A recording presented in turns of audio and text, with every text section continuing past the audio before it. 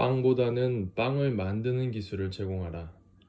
인류의 기아 문제를 해결하려면 씨를 뿌리는 마음이 있어야 합니다. 씨는 흙 속에 뿌립니다. 눈에 보이지 않는 흙 속에서 발화하고 싹을 틔우는 동안 인내하며 기다려야 합니다. 기아 문제도 마찬가지입니다.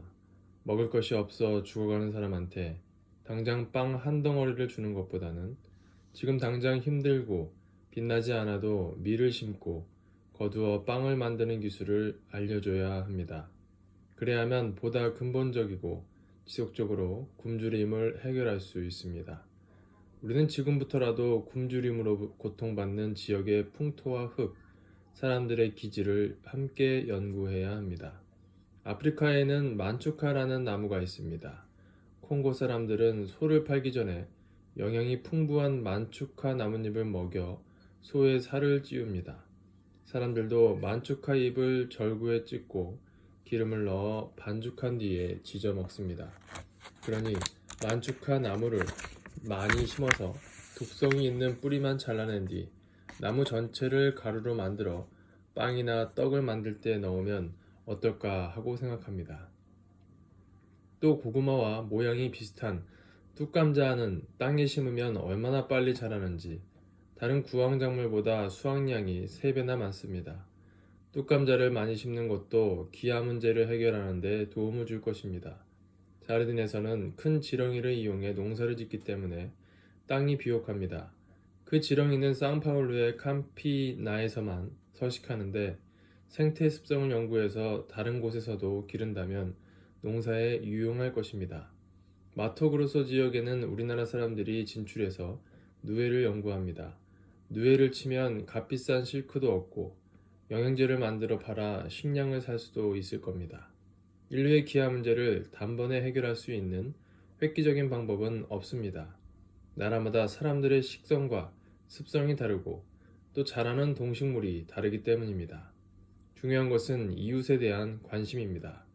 내가 배부르게 밥을 먹을 때 누가 굶주리는지 돌아볼 줄 아는 마음을 갖는 것이 우선입니다. 인류가 기아 문제를 해결하지 않는다면 이 세상에 진정한 평화는 없습니다. 바로 옆에 있는 사람이 배가 고파 죽어가는데 평화 노름은 사치일 뿐입니다. 식량을 직접 나눠주는 것만큼 중요한 것이 식량을 자급할 수 있는 기술을 보급하는 것입니다. 기술력을 보급하기 위해서는 낙후된 지역에 학교를 세워 문명을 퇴치하는 일과 함께 기술 학교를 세워 당장 먹고 살 수 있는 실력을 키워줘야 합니다. 아프리카와 남미 대륙을 정복한 서양 사람들은 그들에게 기술을 알려주지 않았습니다. 그들의 땅에서 자원을 캐가고 그들을 일꾼으로만 부렸습니다. 그들에게 농사 짓는 법도 공장 돌리는 법도 가르치지 않았습니다. 그건 옳지 못한 일입니다. 우리는 일찍부터 자이르와 콩고, 가이아나 파라과이, 브라질 등지에 학교를 세우고 농업과 공업기술을 가르치고 있습니다. 배고픈 사람들의 또 하나의 문제점은 몸이 아파도 가난 때문에 치료를 받을 수 없다는 겁니다. 지구 반대편에 있는 선진국에서 사람들이 약물 과잉으로 병들어가지만 배고픈 이들은 간단한 설사약이나 감기약이 없어 죽어갑니다. 그래서 기아 추방 운동을 벌이면서 한편으로는 의료 지원도 함께 해야 합니다. 무료 진료소를 만들어 만성질환으로 고통받는 그들을 돌봐야 합니다. 나는 인류가 함께 평화롭게 살아가는 모델로서 브라질의 자르딘 지역에 쇠수막 농장을 만들었습니다. 드넓은 땅을 갈아 농토를 만들고 고원지대에는 소를 키우는 목장입니다. 쇠수막 농장은 브라질에 있지만 브라질 사람들만의 것이 아닙니다.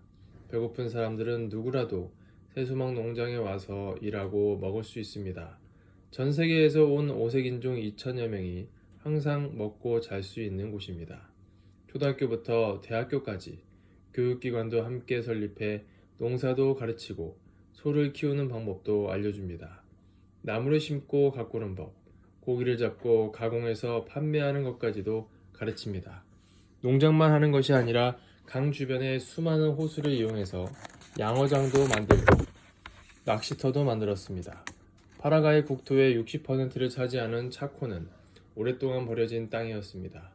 바다가 솟아올라 육지가 된 차코는 지금도 땅을 파면 짠물이 솟아나옵니다.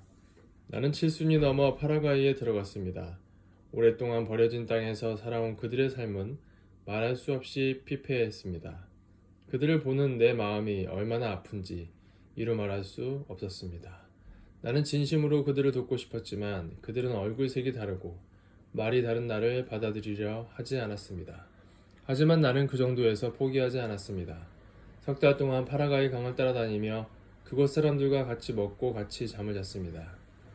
모두 불가능하다고 했던 일에 70이 넘은 내가 뛰어든 것입니다. 그들은 아무도 낚시할 줄 몰랐습니다.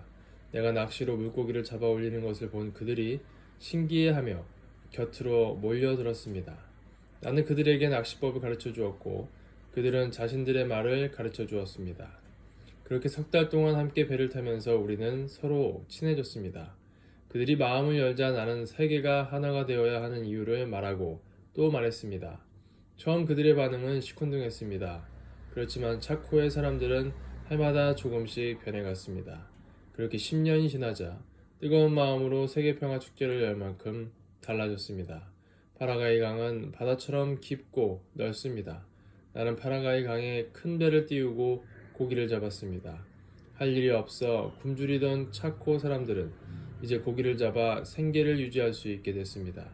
고기를 많이 잡으면 그냥 썩혀서 버리는 일이 생길 정도여서 강가에 냉동 창고도 지었습니다. 피쉬 파우더를 만들 수 있는 공장도 세웠습니다. 배를 타는 것을 겁내는 사람들은 냉동 공장에서 고기를 저장하고 판매하는 일을 하고 있습니다. 그들은 더 이상 굶주림으로 인해 절망하거나 괴로워하지 않습니다. 그러나 먹고 사는 문제만 해결된다고 당장 평화가 찾아오지는 않습니다. 굶주림이 해결된 뒤에는 평화와 사랑에 대한 교육이 반드시 필요합니다.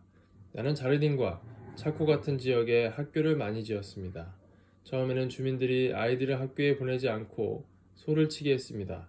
소와 친구가 되어 노는 것도 좋지만 학교 교육을 받지 않으면 발전할 수 없다는 말로 꾸준히 설득한 결과 지금은 많은 학생이 많이 늘었습니다. 목장이 잘 되면 간단한 기술을 이용해 물건을 만드는 경공업 공장을 만들어 주었고 학생들은 공장에서 일하려고 학교에 열심히 다니게 되었습니다. 전 세계에 굶어 죽는 사람은 우리 모두의 책임입니다. 그러니 굶어 죽는 사람을 우리가 나서서 구해야 합니다. 분명한 책임감을 갖고 그들을 먹여 살려야 합니다. 잘 사는 사람은 좀 더 낮은 자리로 내려오고 못 사는 사람은 조금 더 높이 올려주어 모든 사람이 다 같이 잘 사는 세상을 만들어야 합니다. 아추.